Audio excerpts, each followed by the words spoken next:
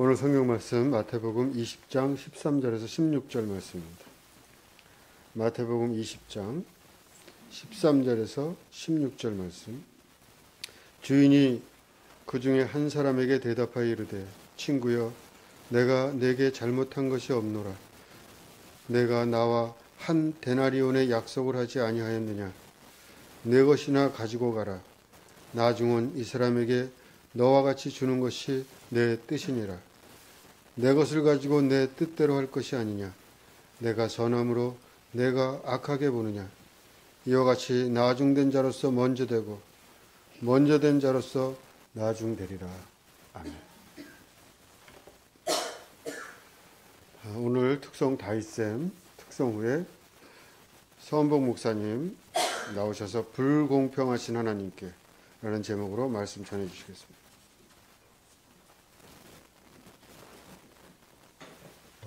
추수감사주일 우리 앞에 봉헌된 풍성한 과일처럼 또 우리 장로님의 그 낭송처럼 모든 그 삶의 순간순간 풍성하게 채워주신 하나님의 은혜에 감사하는 추수감사주일과 우리의 삶이 될 수 있기를 기도합니다. 제가 예전에 우리 목사님 따라 그 강동 로지스에서 택배 일을 할 때 일입니다. 목사님과 저는 보통 이제 새벽에 출근해서 오후 한 일찍 퇴근을 하면 한 1시, 2시쯤에 퇴근을 하고 뭐 한 3시 이 정도쯤에 퇴근을 했었습니다. 그런데 이제 요맘때쯤이죠. 요것도 조금 전이겠네요. 그쯤 되면 택배 물량들이 많고 특히 뭐 달력 같은 것들이 주문이 들어오면 저희에게 배당된 일 외에도 지원을 나가야 될 때가 있었습니다. 그렇게 이제 지원을 나가다 보면 저희가 이제 보통 일찍 퇴근하는 만큼 좀 일이 좀 적은데 그런데 다른 데를 돌고 오는 분들보다 저희가 늦게 복귀를 하는 경우가 있었습니다.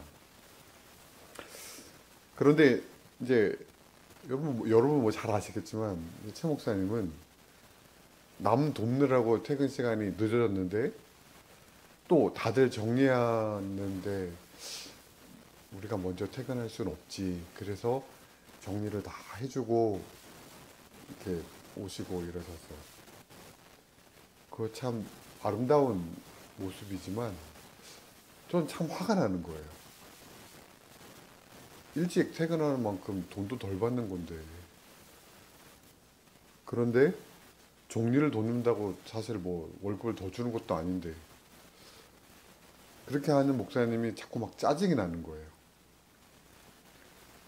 꼭 그러던 어느 날 그날도 막 짜증 섞인 마음으로 이제 정리를 하고 있는데 짜증 섞인 마음이 드니까 뭐 그게 몸에 나타나지 않겠습니까? 이제 짐을 차 위에 있는 짐을 이렇게 내리다가 그게 제가 던진 짐이 목사님께 맞았어요. 근데 뭐 그것도 뭐 그냥 부딪혔으니까 부딪혔다고 생각할 수 있는데 그게 감정이 드러나지 않습니까? 이제 목사님도 그게 느껴지셨을 것 같아요. 그래서 목사님도 좀 마음이 많이 상하셨을 테고, 물론 이제 퇴근길에 그 부분에 대해서 목사님께 죄송하다고 말씀을 드리고 그랬었지만, 그리고 사실 다음날 아무렇지도 않게 뭐 만나서 출근하고 인사하고 얘기 나누고 했었지만, 그때도 지금도 그때 생각을 하면 참 많이 죄송하고 그런 생각이 참 많이 듭니다. 여러분, 그리스도인이라면 예수님을 믿는 또 예수님의 걸어가셨던 그 길을 따르는 그리스도인이라면 응당 우리 목사님처럼 그런 마음을 먹고 살아가야 될 거라고 생각을 하지만 전 지금도 이런 공평하지 않은 처사에 대해서 평정심을 유지하기가 쉽지 않은 것 같습니다. 여러분 오늘 본문의 내용은 어떻습니까? 우리가 결론구만 읽었지만 우리가 너무 잘 아는 예화의 내용인데 오늘 이 예화의 이야기는 공평한 처사라고 할 수 없습니다. 오늘 본문의 이야기 너무 잘 아는 이야기지만 잠깐 말씀을 드리면 어떤 포도원 주인이 일꾼을 고용하는데 일당을 한 데나리온씩 주기로 하고 이른 아침에 나가서 일꾼을 모으고 그리고 그 다음에 제3시로 이제 시간이 시작되어지는데 제3시는 지금으로 말하면 아침 9시입니다. 그러면 이른 아침은 뭐 아침 6시 뭐 그렇게 그런 시간으로 생각할 수 있겠죠. 그리고 오전 9시에 한 데나리온, 그리고 오후 12시, 오후 3시, 오후 5시 이렇게 일꾼을 데리고 포도원을 왔습니다. 그리고 오늘 성경에 보면 날이 저물매라고 되어져 있는 걸 보니까 뭐 저녁 6시쯤 되었을 때가 아닐까 우리가 생각을 해봅니다. 그렇다면 오후 6시라고 생각한다면 오후 5시에 와서 돈을 받아가는 사람은 1시간이라고 월급 이제 돈을 받는 거죠. 그런데 포도원 주인이 품삯을 1시간 일한 일꾼에게 먼저 주는데 한 데나리온을 줍니다. 한 데나리온 주겠다고 약속했으니까요. 그런데 오후 3시에 온 일꾼도 12시에 온 일꾼도 9시에 온 일꾼도 그리고 이른 아침에 온 일꾼도 다 한 데나리온을 주는 겁니다. 원래 한 데나리온 주기로 약속했었고 몇 시간 일했든 다 똑같이 한 데나리온 준 거니까 공평한 처사다라고 말을 할 수 있겠지만 사실 이건 공평한 처사가 아닙니다. 아침 9시에 온 일꾼만 비교해 본다면 오후 5시에 온 일꾼보다 8배를 더 많이 일을 한 겁니다. 그런데 어떻게 똑같이 한 데나리온을 준단 말입니까? 불공평하다고 불평하는 일꾼들에게 주인은 네 것이나 가지고 가라. 내 것 가지고 내 마음대로 하는데 니들이 무슨 상관이냐라고 책망합니다. 그것이 오늘 성경의 이야기입니다. 여러분 어떻습니까? 이것이 하나님이라고 한다면 하나님은 공평하십니까? 아니요. 하나님은 불공평하십니다. 그래서 저는 오늘 성경 오늘 말씀의 제목을 불공평하신 하나님께라고 제목을 정해봤습니다. 여러분 공평하신 하나님 하면 언뜻 떠오르는 한 사람 있지 않습니까? CCM 찬양 나라고 하는 찬송을 지은 송명희 시인입니다. 이 시인 송명희 씨는 태어난 지 얼마 안 됐을 때 의사의 실수로 뇌성마비가 오게 되었습니다. 후천적인 뇌성마비였던 거죠. 그리고 집이 가난했기 때문에 제대로 된 치료를 받지 못해서 일평생 휠체어를 지고 살아야 되는 신세가 되었습니다. 송명희 씨는 자신에게 그런 인생을 주신 하나님께 그리고 친구들과 가족들을 원망하고 저주하면서 자신의 삶을 저주하면서 그렇게 살고 있었습니다. 그러다 어느 날 이 송명희 씨가 하나님을 만나게 되었고 그래서 지은 시가 나라고 하는 찬송입니다.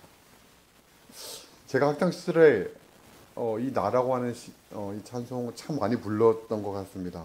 그리고 이 송명희 시인은 전국을 다니면서 그 이 나라고 하는 시에 대해서 간증을 했었습니다. 그런 그녀를 참 보기 힘들어졌는데 어느 날 제가 교보문고를 갔다가 이 송명희 시인이 쓴 수필집을 보게 됐습니다. 그래서 반가운 마음에 단숨에 그 자리에 앉아서 그 책을 다 읽었는데 이제 이 시인이 전신마비가 오게 되어서 간증도 다닐 수 없게 되고 이전보다 더 비참한 삶을 살게 되고 그리고 자신이 이제 몸을 가눌 수가 없으니까 자신의 어머니가 자신을 늘 보좌해 줬는데 이제 어머니도 나이가 드시고 이래서 할 수 없으니까 그 자신을 보조해 줄 수 있는 사람을 모집을 했는데 잘 모집이 안 되는 거예요. 그래서 여전히 비참한 마음 가운데 자신의 삶을 살고 있다는 것을 술필에 적은 겁니다. 공평하신 하나님이 나 남이 없는 것 같게 하셨네. 이 나라고 하는 시의 가장 클라이막스의 구절인데, 저는 그 수필집을 읽으면서 이 송명희 시인이 자신이 공평하신 하나님이라고 고백했었던 그 고백과 그 삶 속에서 여전히 싸우고 있구나 라는 생각을 지울 수 없었습니다. 하나님은 이 송명희 시인의 인생 가운데 여전히 공평하신 하나님이실까 라는 의문이 드는 내용이었습니다. 여러분, 다시 오늘 말씀으로 돌아와서 오늘 성경의 말씀의 시작은 이렇습니다. 천국은 마치 품꾼을 얻어 포도원에 들여보낸 집주인과 같으니. 오늘 성경의 말씀의 이야기는 천국에 대한 이야기라는 거죠. 오늘 성경의 천국에 대한 이야기는 사실 19장 16절의 이야기부터 계속되는 이야기입니다. 19장 16절에 시작된 이야기는 우리가 너무 잘 아는 부자 청년에 대한 이야기입니다. 이 부자 청년이 어느 날 예수님을 찾아와서 이렇게 묻죠. 예수님, 선생님, 내가 어떻게 하면 영생을 얻을 수 있습니까? 그래서 예수님이 말씀하시죠. 계명들을 다 잘 지켜 행하면 된다. 그래서 부자가 다시 묻습니다. 예수님, 저는 어릴 때부터 계명을 너무 잘 지켜 행했습니다. 그래서 예수님이 또 다시 말씀하시기를, 그런데 너에게 한 가지 부족한 게 있다. 내 재산을 다 팔아서 가난한 사람을 나눠주고 너는 나를 따라와라. 성경의 그 이후의 이야기를 보면 이 부자 청년이 부자인 고로 근심하며 돌아갔더라라고 되어져 있습니다. 그리고 이어지는 예수님의 유명한 말씀, 부자가 천국에 가는 것이 낙타가 바늘기로 들어가는 것보다 더 어렵다. 예수님의 말씀이 다 끝난 다음에 이제 수제자 베드로가 예수님께 이렇게 묻습니다. 예수님, 저 태어날 때부터 율법을 다 지켜 행했다고 말하는 저 부자와는 다르게 우리는 가족도 다 버리고 재산도 다 버리고 예수님을 따랐으니 그렇다면 우리는 무엇을 얻을 수 있겠습니까? 베드로는 이런 마음이었을 거죠. 어릴 때부터 율법을 다 지켜 행했다고 말하는 저 부자도 내려놓기 힘든 것, 우리는 다 내려놓고 예수님을 따라왔으니 우리는 당연히 천국을 소유하며 가장 큰 상급을 받을 만한 그러한 사람 아니겠습니까? 우리는 정말 할 만큼 한 사람입니다. 우리는 당연히 천국을 누리는 삶을 살아야 하지 않겠습니까? 내 가족, 내 재산, 내가 가진 모든 소유가 눈에 선한데 그런 것들을 다 포기하고 하나님을 따른다는 것 쉽지 않은 일일 겁니다. 그런데 지금 예수님의 제자들은 모든 소유를 다 포기하고 예수님을 따라가고 있는 겁니다. 이 얼마나 대단한 일입니까? 이 얼마나 대단한 충성심입니까? 예수님께 내 인생을 다 올인하고 있는데 당연히 나에게 당신이 말씀하신 그 천국은, 영생은 1순위가 아니겠습니까? 그런데 예수님은 이러한 제자들의 충성심에 대해서 먼저 된 자로서 나중되고 나중된 자로서 먼저 된다 라고 말씀하시면서 오늘 비유의 말씀을 제자들에게 또 우리에게 들려주고 계신 겁니다. 오늘 성경의 포도원에서는 1시간 일한 사람이나 8시간 일한 사람이나 똑같이 한 데나리온을 받았습니다. 이것은 전혀 공평한 처사가 아닙니다. 1시간 일한 사람보다 8시간 일한 사람은 더 많은 돈을 받아야 되고 더 많은 보상을 받아야 되는 것은 당연한 겁니다. 왜냐하면 더 많은 공을 쌓았으니까요. 그런데 오늘 예수님께서 말씀하신 이 포도원은 천국에 대한 이야기라고 했습니다. 이 천국은 우리가 1차적으로 생각할 수 있는 우리가 죽어서 가게 될 천국이라고 생각해도 좋을 것이고 우리가 이 땅에서 누릴 천국의 삶, 구원받은 삶으로 생각해도 좋겠습니다. 이 천국의 은혜는 공로로 달리기 위해서 등수를 매겨서 금운동을 매기는 것처럼 그렇게 결정되어지는 것이 아니라는 겁니다. 천국의 조건은 오직 하나님의 은혜라는 겁니다. 이것을 오늘 본문은 포도원의 주인이 말한 내 것 가지고 내 뜻대로 하는 것이라고 표현합니다. 이것을 좀 더 거창하게 표현해 보자면 하나님의 주권이라고 설명할 수 있습니다. 이것이 오늘 예수님께서 포도원의 비유를 통해 우리에게 말씀하시는 불공평하신 하나님의 은혜입니다. 여러분 기억하십니까? 주님께서 부자 청년에게 한 가지 부족한 게 있다고 말씀하셨죠. 이 부자 청년에게 부족한 한 가지는 무엇이었을까요? 이웃을 사랑하는 마음이었을까요? 아니면 하나님보다 내 가진 소유를 더 사랑하는 마음이었을까요? 아니요.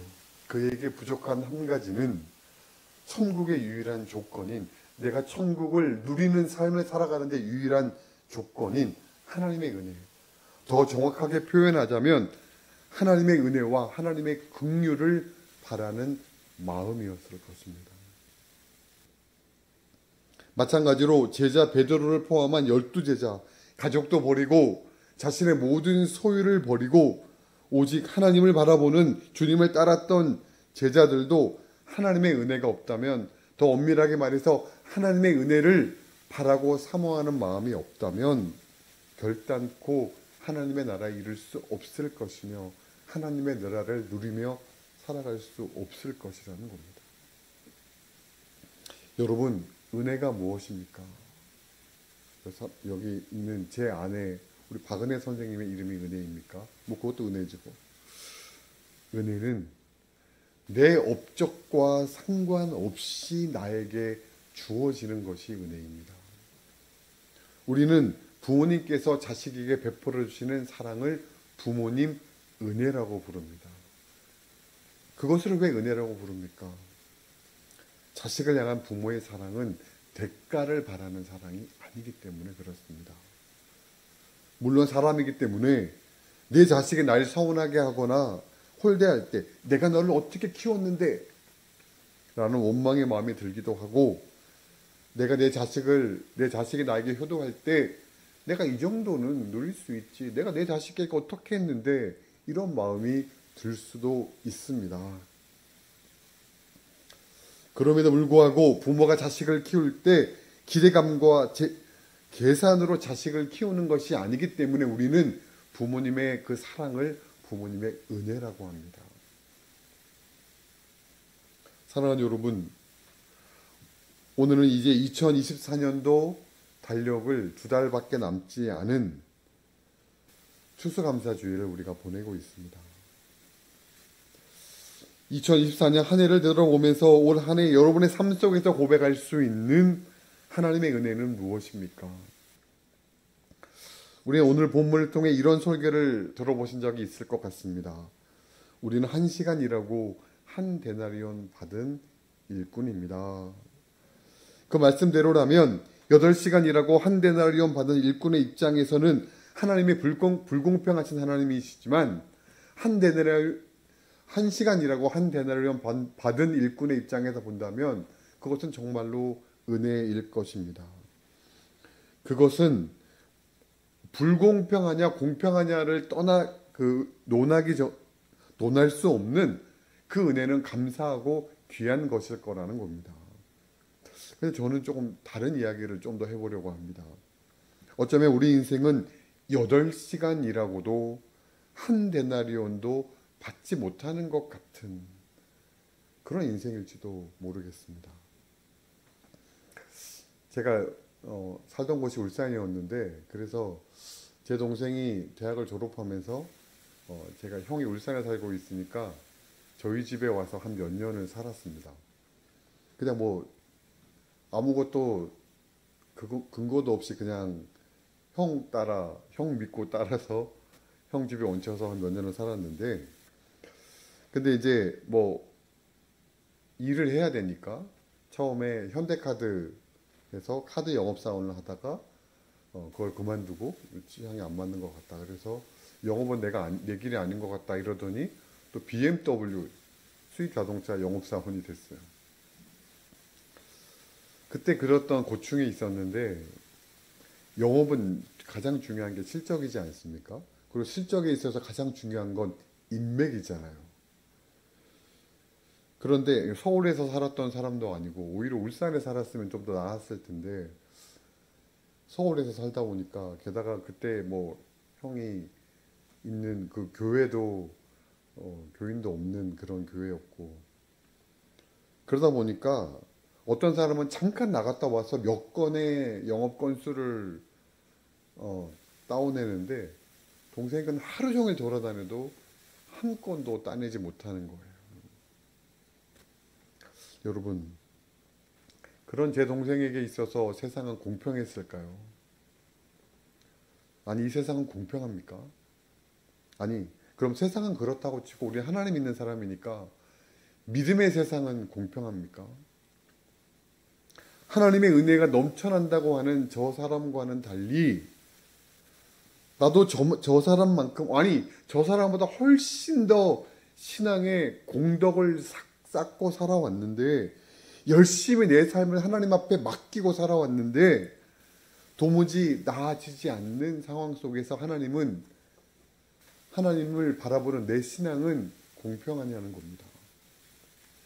어떤 이는 하나님이 열심히 내게 맡겨주신 사명을 감당하며 살다 보니 하나님께서 나에게 이러한 복을 주셨습니다 라고 고백을 하는데 그보다 더 열심히면 열심히였지 못하지 않았던 나는 그 사람 앞에 하나님의 은혜가 감사하군요 라고 박수만 쳐줘야 될 때 이런 불합리한 상황 속에서 낙심의 마음이 자꾸만 들 때 그때 하나님께서 네가 이런 상황에서도 감사할 수 있느냐라고 물어보실 때 하나님 그럼요 감사하죠 라고 고백할 수 있냐는 겁니다.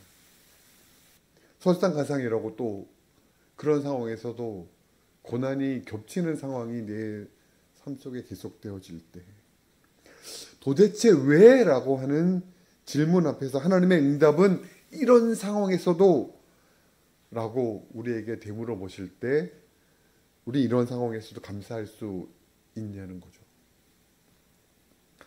이쯤에서 오늘 본문을 다시 한번 자세히 곱씹어 보겠습니다. 1시간 일하고 1데나리온을 받은 이 사람은 포도원 주인에게 감사했을까요? 당연하죠. 왜요? 하루 품삯인 1데나리온을 1시간 일하고 받았으니까. 그렇다면 8시간 일하고 1데나리온 받은 이 사람은 감사했을까요?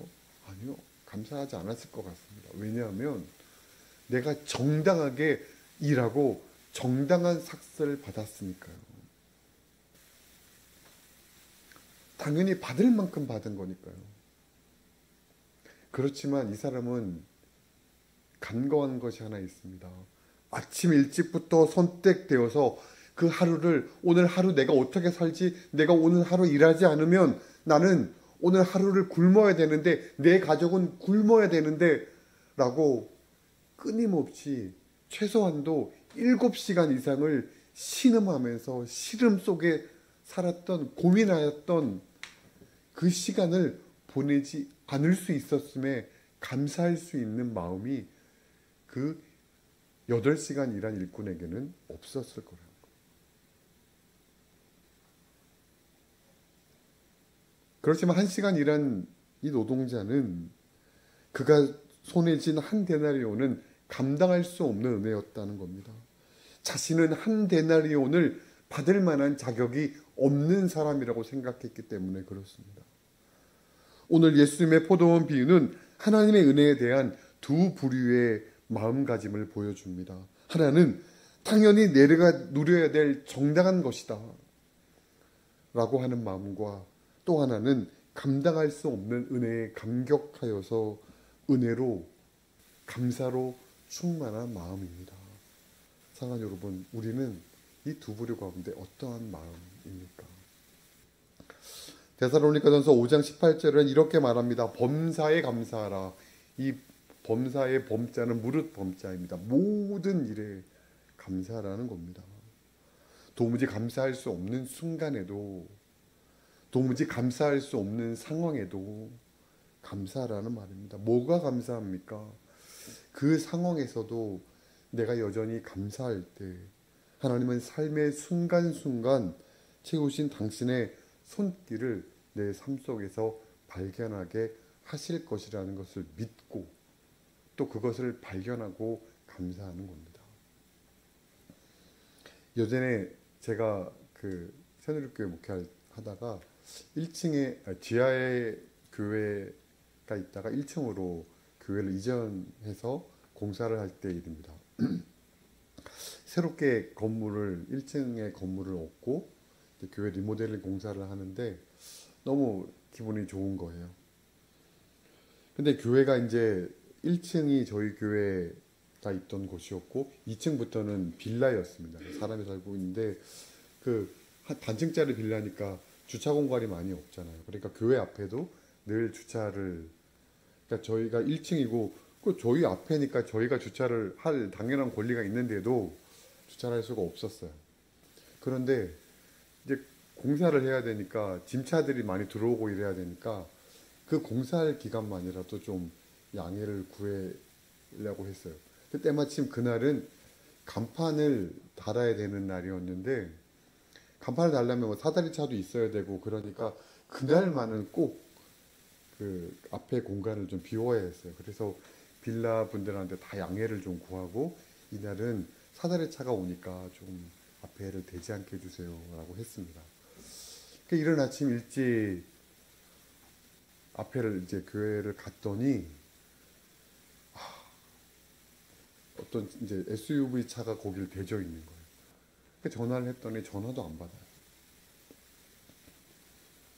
한참을 전화를 하다가 너무 전화를 안 받아서 결국에 이제 그 간판 공사하시는 그 권사님이랑 함께 이제 점심을 먹으러 왔는데 그 SUV 차량 차주한테 전화가 왔어요.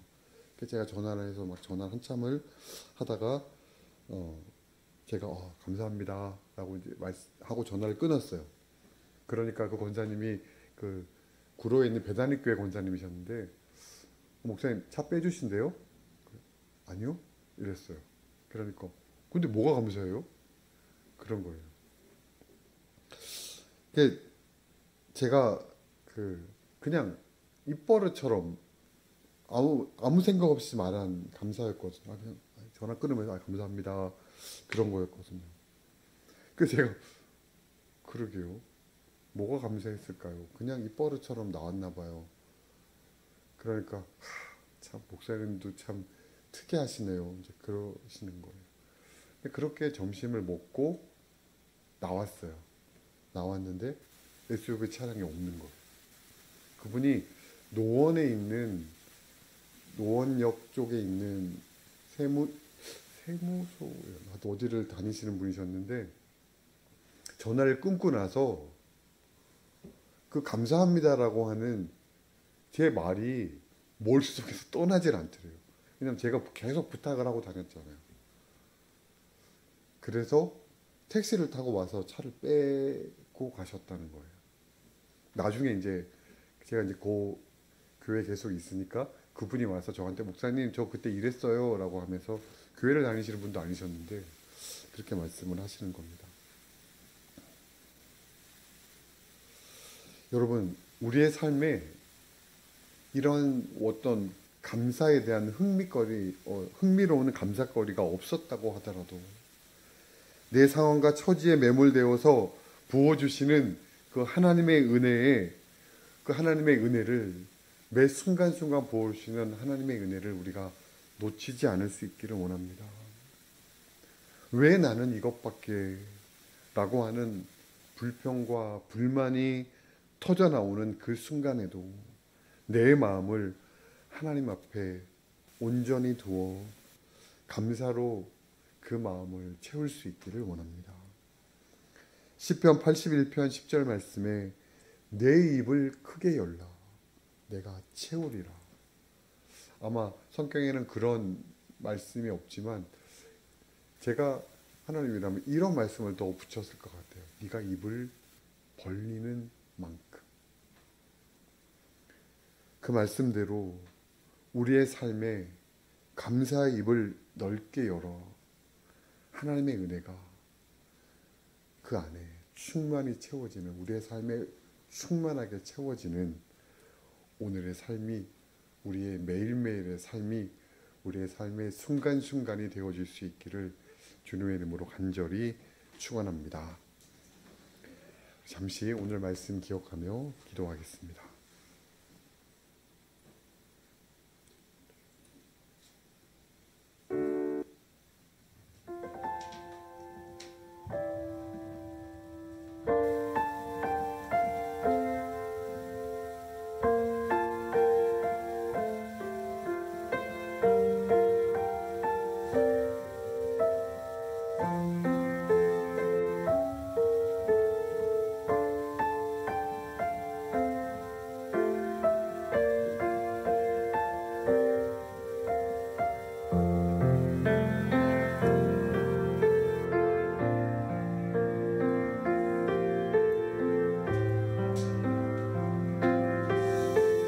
하나님,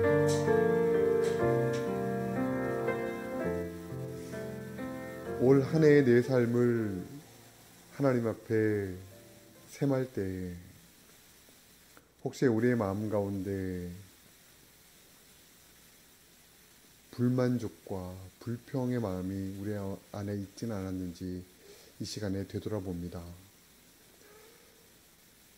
하나님, 올 한 해 내 삶이 감사가 넘치는 삶이었다면 그것 또한 감사합니다.